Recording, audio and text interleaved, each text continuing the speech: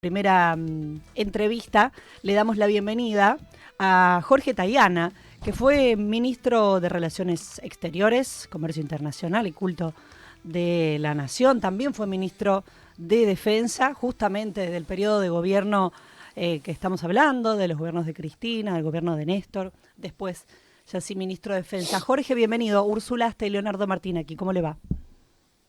¿Qué tal? ¿Cómo estás, Úrsula? ¿Qué tal? ¿Cómo estás, Martín? ¿Qué tal? Le agradecemos mucho esta conversación. Bueno, una primera reflexión que haga ya, bueno, a día sábado, ¿no? A un par de días de conocerse justamente que quedara firme esta condena contra la expresidenta.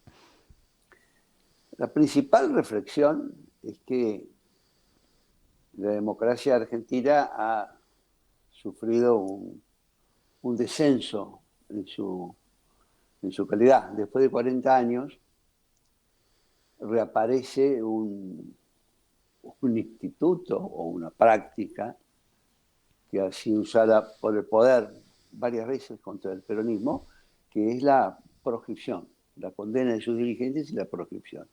En este caso, la quita de derechos de por vida, a la presidenta del partido, que además es ex dos veces presidente de la República, pero todo lo que sabemos que es Cristina.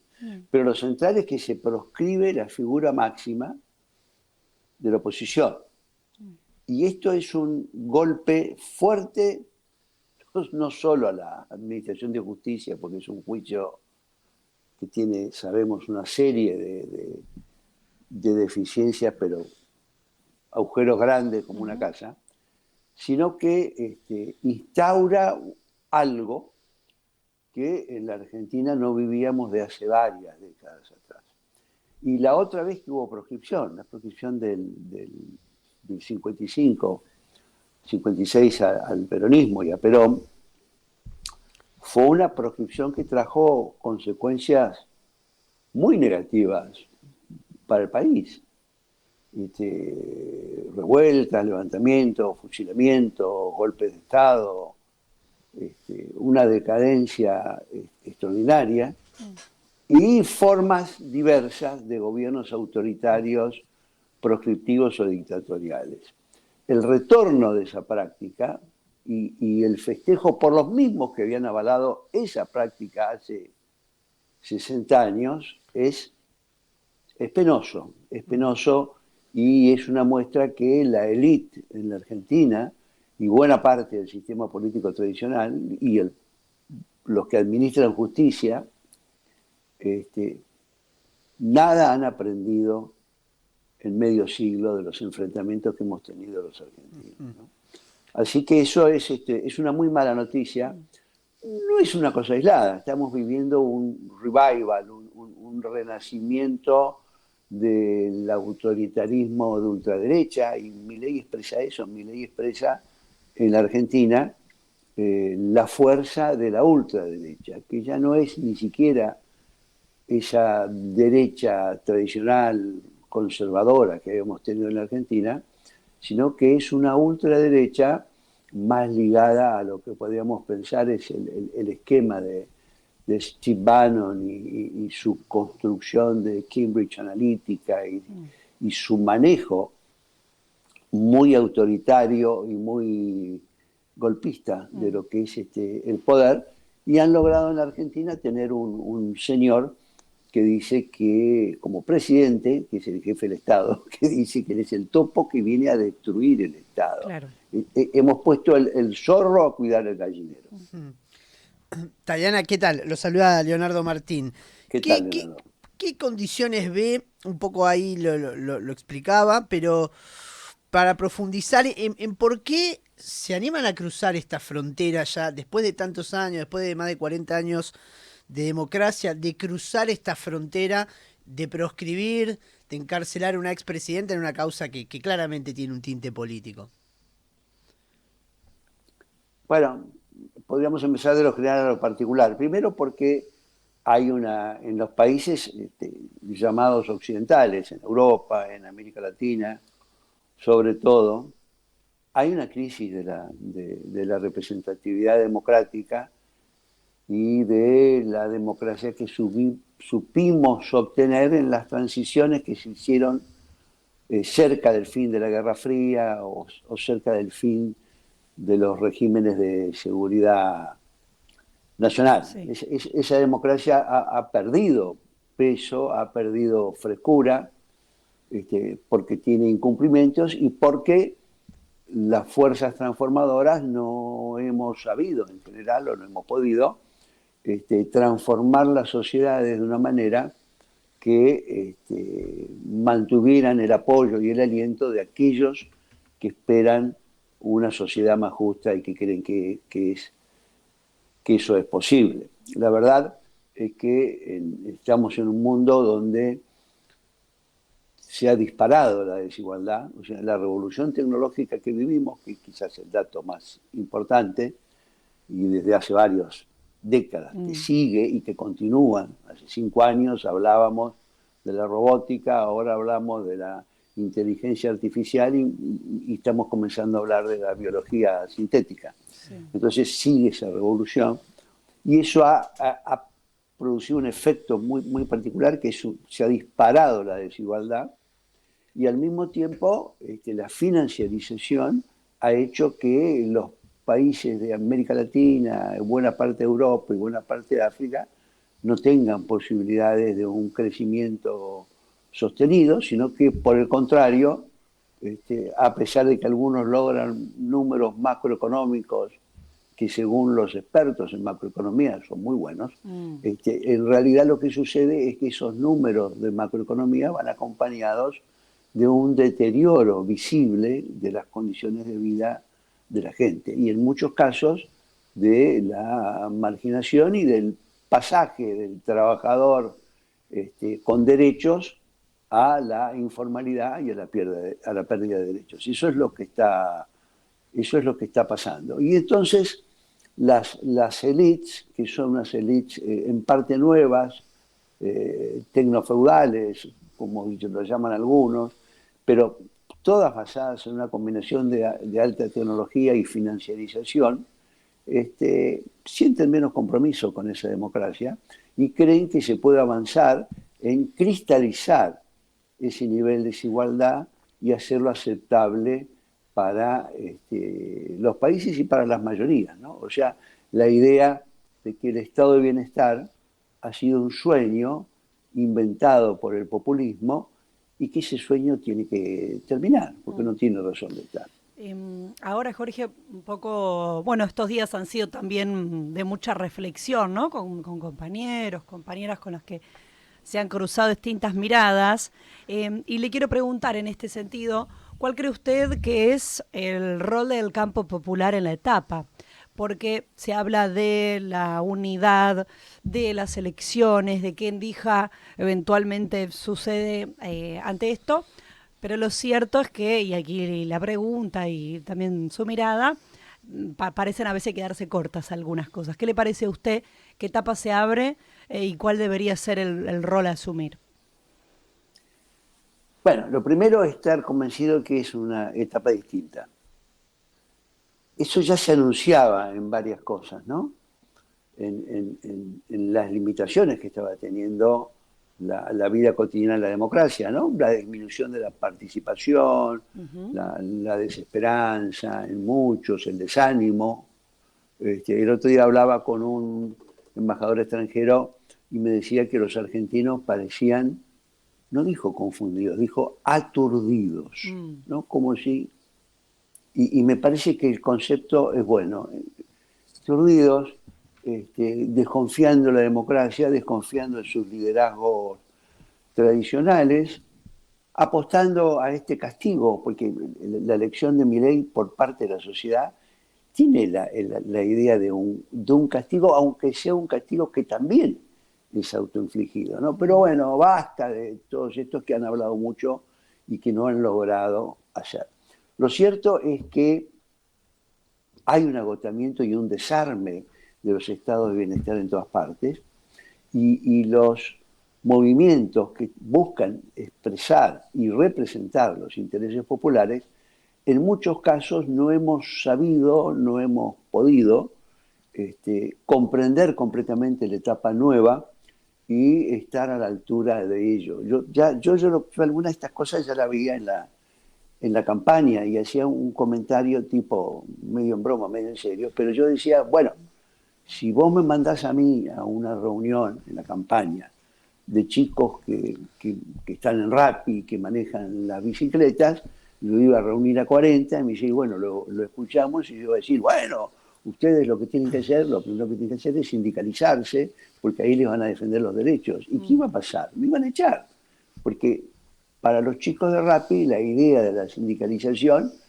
y la idea del trabajo formalizado es una estupidez y una pérdida de derechos. No, yo quiero poder ir los días que quiera y puedo faltar una semana e irme con mi novia a Tucumán o a Bariloche o a recorrer el Bolsón, y la sensación de que más que trabajadores son entrepreneurs y que eso les da una libertad. Es decir, ese ejemplo tonto y esquematizado da una idea de las dificultades que hemos tenido para comprender los cambios que se están dando en la vida cotidiana, que son muchísimos, son muchísimos. O sea, esto que dicen, bueno, nosotros, el movimiento popular, no ha sabido utilizar las herramientas modernas, electrónicas, esto por ejemplo, ¿no? Bueno, no es una casualidad tampoco, es parte de nuestra dificultad de entender un mundo en donde no es una época, eso lo decía Francisco, no es una época de cambio, es un cambio de época, es algo mucho más profundo, mucho más decisivo. Y creo que nos ha costado adaptarnos a eso y nos ha costado adaptarnos a lo que nos costó ver también, que es la crisis del estado de bienestar, tal como fue concebido en los 30 y sobre todo al final de la guerra, ¿no? Y, Y, a ver, yo en cuanto a lo que dice de la lectura, ¿no? De que hubo un déficit o no se dio una respuesta adecuada. Digo, a mí también se me viene a la cabeza algo que no solo de Argentina, ¿no? Sino en general, de que quizás no sé si falta de lectura o tener esa capacidad de enfrentar estos poderes tecnofeudales, financieros, cómo enfrentar a las corporaciones que son las que aspiran la riqueza y que hacen que claro. el estado de bienestar después no sea posible o que puedan vivir bien las grandes mayorías, ¿no? Esa fuerza, cómo enfrentar esas fuerzas tan poderosas económicamente, financieramente. Bueno, es un conflicto asimétrico, pero los conflictos de los sectores populares siempre son asimétricos. Y no por eso se ha dejado de vencer en muchas oportunidades. Ahora, para vencer, para modificar esa realidad, hay primero que comprenderla y segundo, tener la capacidad de movilizar las fuerzas de esa sociedad. Cosas que nosotros nos costamos hacer. Una de las características de esta etapa y de la derrota electoral del peronismo en las últimas elecciones es lo que todos señalan, la distancia entre la dirigencia y buena parte de la militancia y la base social, ¿no? Y esa distancia, ¿por qué se ha producido? Porque se ha rutinizado la dirigencia política, se ha burocratizado en varios sentidos, porque se ha alejado del sentimiento y de las preocupaciones de lo popular y ha estado más preocupada en su propia consolidación, creyendo que el sistema que teníamos era un sistema que, bueno, estaba dando respuesta lenta, parcial, pero en un camino correcto a las necesidades de la gente. Y la gente no lo ha percibido así, lo ha percibido eso más críticamente. ¿Qué requiere eso? Bueno, requiere que la dirigencia política se acerca a la sociedad, a los distintos sectores, escuche bien los reclamos, dialogue y construya con la gente una estrategia de transformación que primero tiene que ser bastante radical, no en términos del partido, pero lo que está claro es que Argentina tiene que hacer una reforma constitucional. La del 94 ya tiene varios años y ha demostrado déficit. Nosotros tenemos un poder judicial que no funciona y que es de las instituciones con menos puntos positivos en la sociedad. Tenemos un poder legislativo donde vemos senadores que se venden. No pasa nada, el poder no dice nada. Tenemos un poder legislativo al cual el presidente insulta y a duras penas puede reaccionar, porque no tiene ni siquiera las mayorías para poder reaccionar. Y tenemos un poder legislativo al cual el presidente se burla, no mandándole o sacándole el presupuesto, que se supone que es la ley de leyes, atribución básica, y teniendo ese poder judicial que ahora proscribe a Cristina, teniendo hace 1 año y medio el DNU 70, que es una reforma constitucional encubierta, ¿no?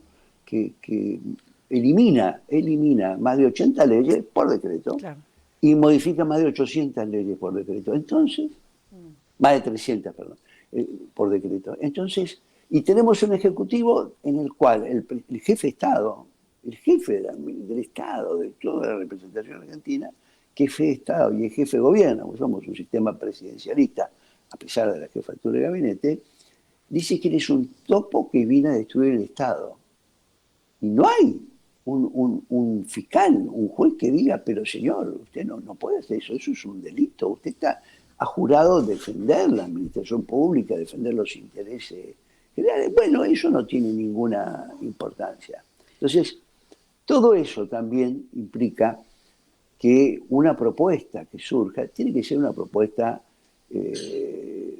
transformadora, fuerte, y que esté en contra del fenómeno más evidente de esta tecnofeudalismo, como lo ha llamado Varoufakis, o de esta tecnofinanciarización, como uno puede llamarla, que es la capacidad de transformar esa realidad y de modificarla.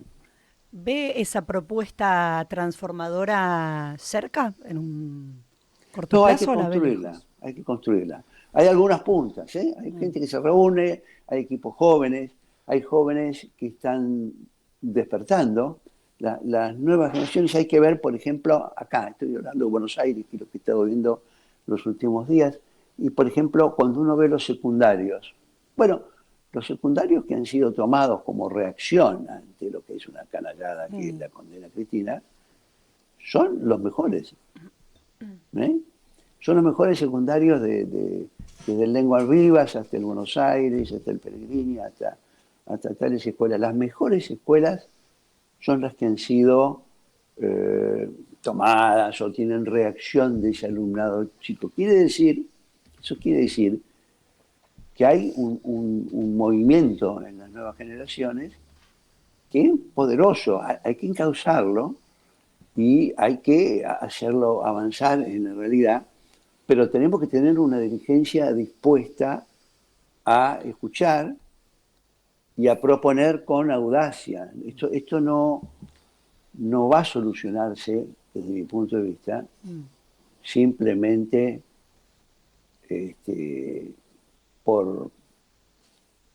porque hagamos las cosas con un poco más de prolijidad, que hay que hacerlas. Pero lo que hay que tener sobre todo es una vocación transformadora. Acá se me quejan en un comentario que no he mencionado al Mariano Acosta, que es uno de los grandes colegios que también ha tomado una actitud, así que es verdad. Jorge Tayana, ex ministro de Relaciones Exteriores durante los gobiernos de Néstor, de Cristina, también fue ministro de Defensa. Le mandamos un fuerte abrazo, le agradecemos mucho este paso aquí por Radiográfica, la seguimos pronto. No, gracias a ustedes y hay que ir para adelante, hay que no caer en la campaña del desánimo, al contrario, tenemos todo por delante y podemos ganar y podemos tener una propuesta de transformación y podemos hacer que haya otra Argentina que sea mejor, menos desigual, con más justicia social y con más bienestar para todos. Tenemos que, lo primero, convencernos nosotros de que ese discurso de que este es un país de M, que no sirve para nada, es un engaño de los poderosos para poder saquearlo con la quiesencia de los argentinos. No hay que aceptar eso. Somos una gran sociedad, somos un gran país, tenemos un desafío enorme en el desarrollo, en la justicia, en todo, pero podemos hacerlo. Y las condiciones del siglo XXI no están en contra nuestra, están más a favor que en contra. Así que fuerza prepararse, juntarse.